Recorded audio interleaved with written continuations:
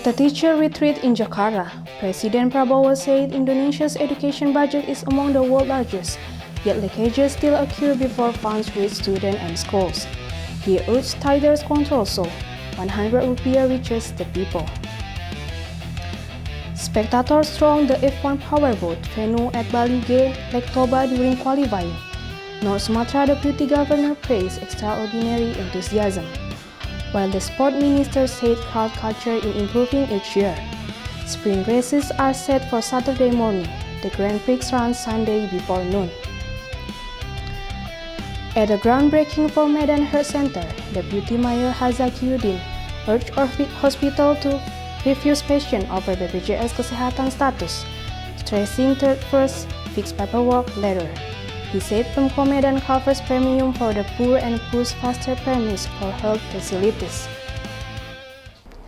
Good evening and welcome to SIP TV. Coming up next, we prepare more compelling stories for you in tonight's edition of SIP News Highlight, August 23, 2025. I'm Dwi Angelica Purba. Stay with us only on SIP News Highlight. Broadcast live from SIP TV Medan Studio. Here is SIP News Highlights with Dwi Angelica Purba. Police in Serang, Banten set 4 suspects in the August 21 assault at PT GRS during KLHK enforcement visit. The suspects are 2 company security guards and 2 BRIMOB officers. 5 people were reported victims for KLHK public relations staff and 1 Tribun journalist, according to police on Thursday. Serang police confirmed 4 suspects in the factory gate assault that followed a KLHK seal at PT Genesis Regeneration Smelting, Gajawilan on Thursday, August 21. The named suspects include 2 internal security guards, identified in reports as Karim and Bangga, and 2 BRIMOB officers with initials TG and TR. Kapolres Serang AKBP Chondro Sasongko said the status follow victim and witness examinations. 2 guards are detained at Polres Serang. The BRIMOB process runs at Polda Banten. Okezone reported the same count, 2 security suspects and 2 BRIMOB suspects. Police say they are still pursuing 3 alleged members of an Ormas and 2 local residents. A Polri portal update earlier on Friday listed 2 civilian suspects for the attack on a Tribun journalist, while saying the BRIMOB angle was under Bit Propam Polda Banten, showing how the status evolved during the day. Police said 5 victims were assaulted for KLHK or KLH staff and 1 journalist. Separate coverage from press groups said up to 8 journalists faced intimidation and violence at the site, indicating broader media safety concerns. KLHK's presence related to alleged environmental violations at PT GRS, including hazardous waste issues. A seal order was part of enforcement actions after earlier warnings. From Serang Regency, the SIP TV News team for SIP News Highlight. This case sits on top of a longer dispute. KLHK seal on Thursday followed earlier control for alleged B3 waste and permit issues. BRIMOB deployment is now under Polda review. We track the policy trail, potential charges, and the media safety angle, and we know differing victim counts between police and press groups. The Thursday, August 21 seal at PT GRS followed months of tension over alleged environmental violations. Business press reported suspected illegal B3 waste and permit problems, which triggered stricter KLHK action. The visit led by KLHK's law enforcement arm drew public attention and heavy security. After officials left the factory, clashes escalated near the gate. On accountability, authorities are splitting tracks. Polres Serang handles civilian suspects, including company security. Polda Banten managed the BRIMOB site through Bit Propam and potential criminal follow-up. Public statements by the police on Friday show an evolving count, an early note of 2 civilian suspects, then confirmation of 4 suspects, 2 guards and 2 BRIMOB. Victim data also varies. Police said 5 people were assaulted, 4 ministry staff and 1 journalist. Press Freedom Reporting said up to 8 journalists suffered intimidation and assault during the coverage. The gap underscores the need for a consolidated case file and verified video evidence. What to watch next? Polda Banten's formal update on the two BIMOP suspects, arrest of the remaining alleged Ormas and local suspects, and KLHK's next enforcement steps at PT GRS, including any shutdown on administrative sanctions. From Serang Regency, the SIP TV News team for SIP News Highlight. Status tonight, Saturday, August 23, 2025. For suspects set to guard detained at Polres Serang. To BRIMOB handled by Polda Banten. Police say more suspects are being pursued. KLHK is expected to continue enforcement at PT GRSL, while Polda and Propam firm up findings from witness exams and videos. Next official release are expected from Polda Banten and KLHK. Presiden Prabowo Subianto taught a retreat Sekolah Rakyat audience at G-Expo Kemayoran on Friday, August 22, that Indonesia allocates a very large education budget. But kebocoran-kebocoran persist in the flow to regions and beneficiaries. He asked ministries and local governments to close the gaps and improve delivery. Speaking before thousands of Sekolah Rakyat teachers and principals at G-Expo Kemayoran, President Prabowo said Indonesia is one of the countries with the biggest education budgets, but warned that money still disappears before reaching classroom. Our budget is big, but the leak ages are also big, he said on Friday, August 22. He pressed for fixed cross-level SD, SMP, vocational, and arch-tighter oversight so 100 rupiah reaches the people. His remarks reference report from the field that allocations shrink by the time they arrive at school. By law, the APBN must allocate at least 20% for education. The 2025 education function is 724.3 trillion across central spending, transfers to regions and financing lines, according to Kemenq. Effectiveness depends on execution and audit, not only the headline figure. Prabowo's message came alongside progress claims on Sekolah Rakyat, 100 schools operating with more planes, while reiterating that large allocations mean little if the last mile channel is weak. Coverage of the event noted his salute to the teacher and a call for discipline and character education within the program.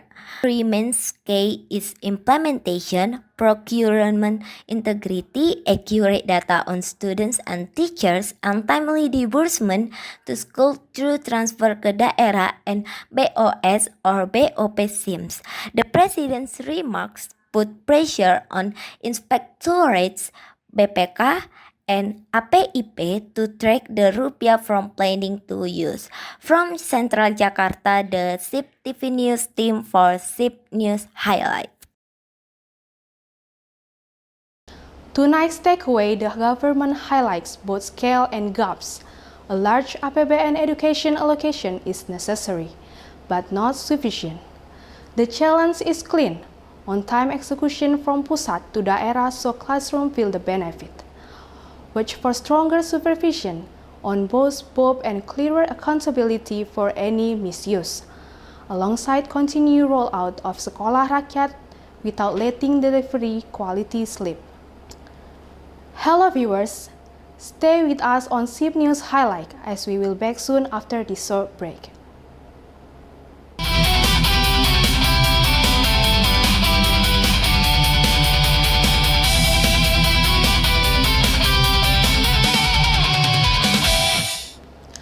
You're still with me, Dwi Angelica Purba on SIP News Highlight.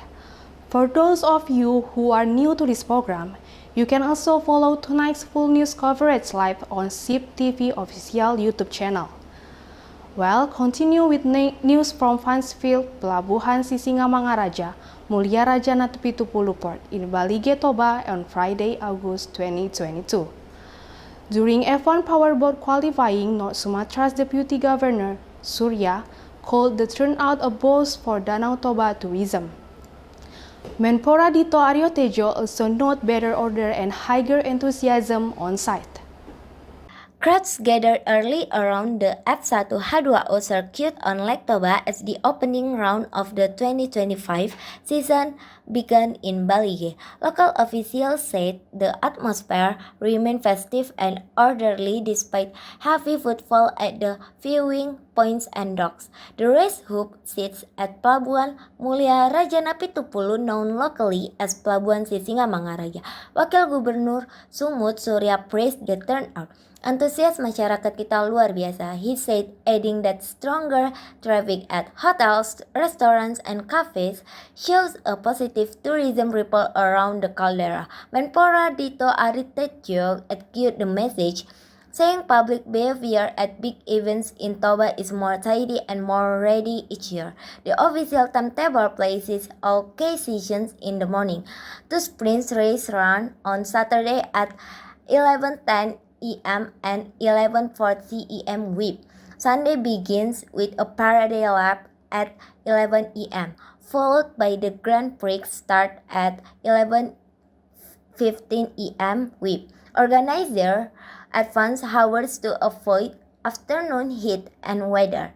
This is the third Grand Prix of Indonesia at Lake Toba since 2023, now opening 2025 World Championship. Team and driver arrived after aquabike events last week, with Balige again serving as technical base for scrutineering and registration. For visitor, police and stewards directed access at the port, markets, and cafe rows near the waterfront. Vendors reported brisk trade as families miss race watching with short lake trips and food stalls. Local tourism office promotes side events to spread food traffic beyond the main gate. From Toba Regency, the SIP TV News team for SIP News highlight. Weekend program centered activity before midday to suit local conditions. Saturday features back-to-back sprint racing. The Grand Prix runs late Sunday morning. Official highlight both crowd enthusiasm and the benefit for Danau Toba hospitality sector. Attention is on traffic flow, lake safety, and venue cleanliness, so visitors enjoy the race and the destination in equal measure.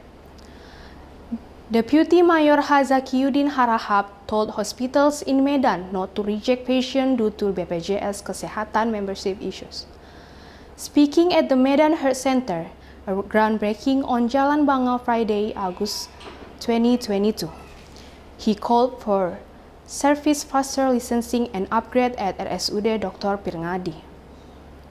Medan moved ahead with a specialized cardiac facility as the Medan Heart Center broke ground in Medan Sunggal on Friday, August 22. The ceremony drew local officials and cardiac group executives. Commissioner Dr. Dr. Fatima Jan Rachmat and team voiced support for building a referral hub for cardiovascular and stroke care in North Sumatra. Deputy Mayor Zakiuddin used the moment to press for the patient-first service. Do not let a person in critical condition be asked for administration. Serve first, treat first. He said, adding that Pemko Medan pays BPJS Kesehatan premiums for low-income residents. He also asked that health facility permits be accelerated so residents feel benefits sooner. His message aligns with national rules of ombudsman's RE reminds facilities that refusing emergency patients violates regulation. The Health Ministry also states all hospitals, whether partnered with BPJS or not, must handle emergency cases. These norms put patient safety above administrative checks. Zakiuddin also pointed to RSUD Dr. Pringadi, many great doctors trained there, he said, but some residents queue elsewhere. He wants Pringadi restored as Medan's pride through better service and trust.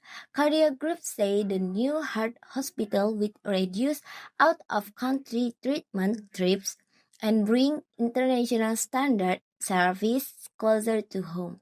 Local media reports the project team will proceed as permits clear and construction phases begin. From Medan City, the CAB TV News team for SIP News highlight. The city's stance is clear: human care first, administration after. Hospitals are reminded that emergency cases must be treated without discrimination, including BPJS Kesehatan participants. The Medan Heart Center project adds capacity for cardiac and stroke care, while RSUD Dr. Pirngadi is tasked to win back public trust through stronger clinical service and management. Finance Minister Sri Mulyani Indrawati said the government faces a heavy tax in 2026, increased tax collection and at the same time maintaining a pro-investment climate.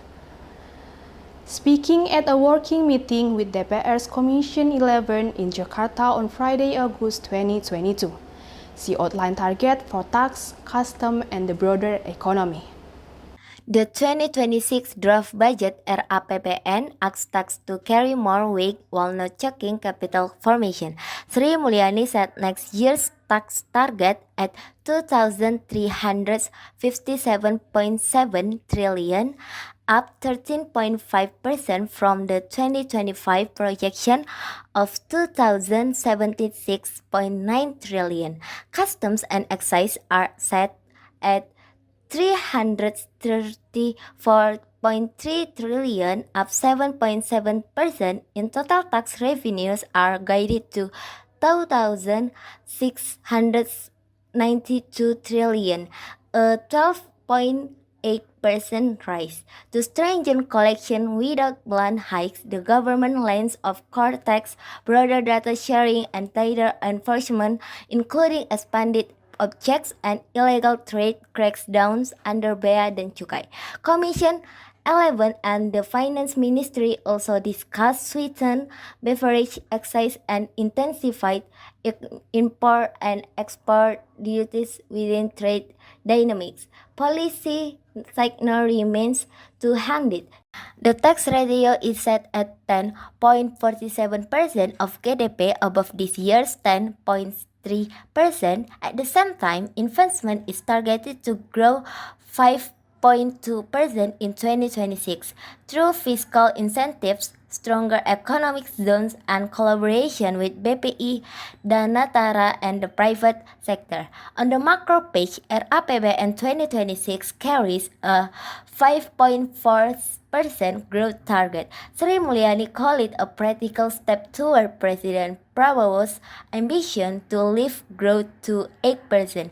Coordination across Kemenq, Bank Indonesia, and the Financial System Stability Committee aims to keep stability while nudging acceleration.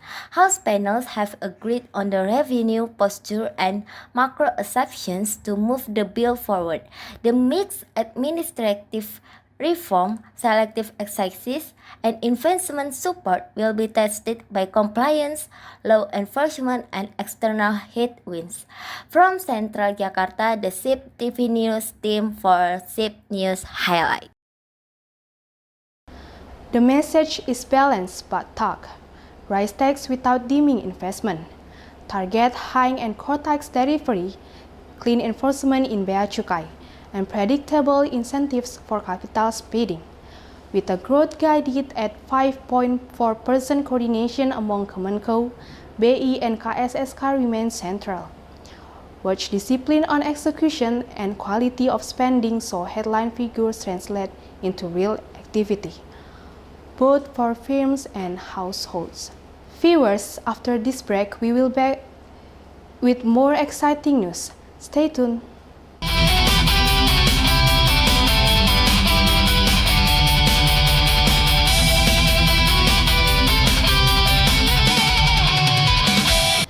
Thank you, viewers, for staying with us on SIP News Highlight.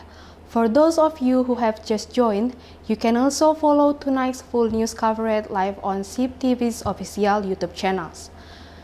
We continue with news from a disclosure by Commission 1 member TB Hasanuddin that a legislator next monthly income is around 100 million trigger question about the DPR's new housing allowance, set at about 50 million per month. DPR officials say these substitute old official houses. Critics say service and legislation should come first. Under the 2024 until 2029 term, DPR members no longer use rumah jabatan anggota. Instead, they receive a housing allowance of about 50 million per month to rent homes near Senayan. DPR leadership frames this as a practical and cost-saving swap. Secretary General Indra Iskandar says RJA units built in 1988 are no longer fit and costly to maintain.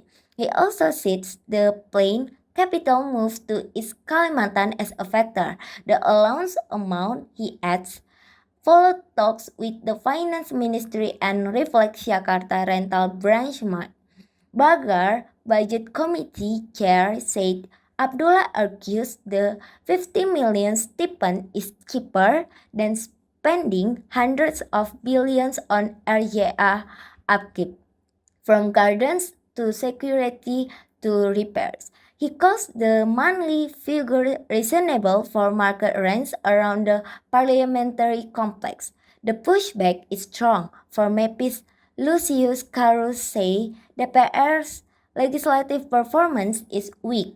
Of 42 priority bills for 2025, only one became law so far, while many PACE items came from the open cumulative list. Civil groups also criticize oversight on big-ticket programs. Online discussion grew after TB Hasanuddin's 3 million per day met from his 100 million take-home pay remark. DPR leaders counter that the housing allowance replaces in-kind facilities, not a new perk stuck on top. The core dispute now sits between fiscal efficiency claims and public demands for measurable DPR output. From Central Jakarta, the SIP TV News team for SIP News Highlight. The policy trades state houses for monthly allowance pages to Jakarta rents. Supporters say it avoids heavy repair costs and over-flexibility. Critics argue legitimacy comes from performance, not larger pay packages, pointing to slow progress on priority bills and limited oversight of major programs. The discussion now centers on value for money, whether the new scheme improves lawmakers' effectiveness and accountability. From weddings to house-moving ceremonies, ayam cipera has long been a Karo favorite. The dish uses ayam kampung simmer in a cone-thickened gravy with local spices, plus ayam cikala that gives a fresh aroma. Today, eateries in Medan and Brastagi serve it for daily dinners, not only for adat. Ayam cipera is a staple of Karo cuisine in North Sumatra. The word cipera refers to the finely ground corn that thickens the gravy. Home cooks and vendors commonly use ayam kampung for a firmer texture and sweet note. The flavor base includes shallot, garlic, ginger, turmeric, candlenut, lemongrass, and coconut, then lifted by asam cikala, the flower fruit of kecombrang. Food writers describe the profile as savory, slightly tangy with a gentle numbing heat when andaliman or batak pepper is used. In traditional settings, the dish appears at Karo weddings, pindah rumah, and annual festivals, but it has moved well beyond ritual tables to everyday menu. Many Karo eateries in Medan and Brastagi list ayam cipera. One long-running option is Rumah Makan Karo Muslim Marikena on Jalan Jamin Ginting. Recent menu boards put ayam cipera plus nasi around 32,000 per person, in line with campus median notes of 20,000 until 30,000 rupees at local venues. Prices vary by outlet and portion. As for ingredients, kecombrang is widely used across Indonesia for its fresh floral aroma. In Ciperas, sliced cicala adds perfume while the corn flour brings body to the sauce. The combination helps the dish travel well from adat halls to family tables and restaurants. From Karo Regency, the SIP TV News team for SIP News Highlight.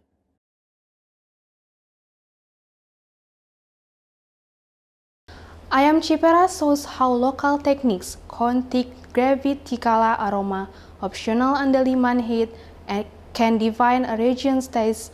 For travelers, Karo Kitchens is Medan, and the highlands make it easy to try alongside staples like arsik or migoma. Expect variation in spice and thickness by cook, but the core identity stays hearty, fragrance, and welcoming. SIP News TV viewers, that concludes all the information we've presented for tonight's edition of SIP News Highlight. Thank you for staying with us. We'll continue to bring you the latest and most reliable update every day. Don't forget to hit the subscribe button and activate your YouTube notifications so you won't miss any of our upcoming news. I'm Dwi Angelica Purba, along with the entire news team, signing off for tonight. See you in the next edition of SIP News Highlight.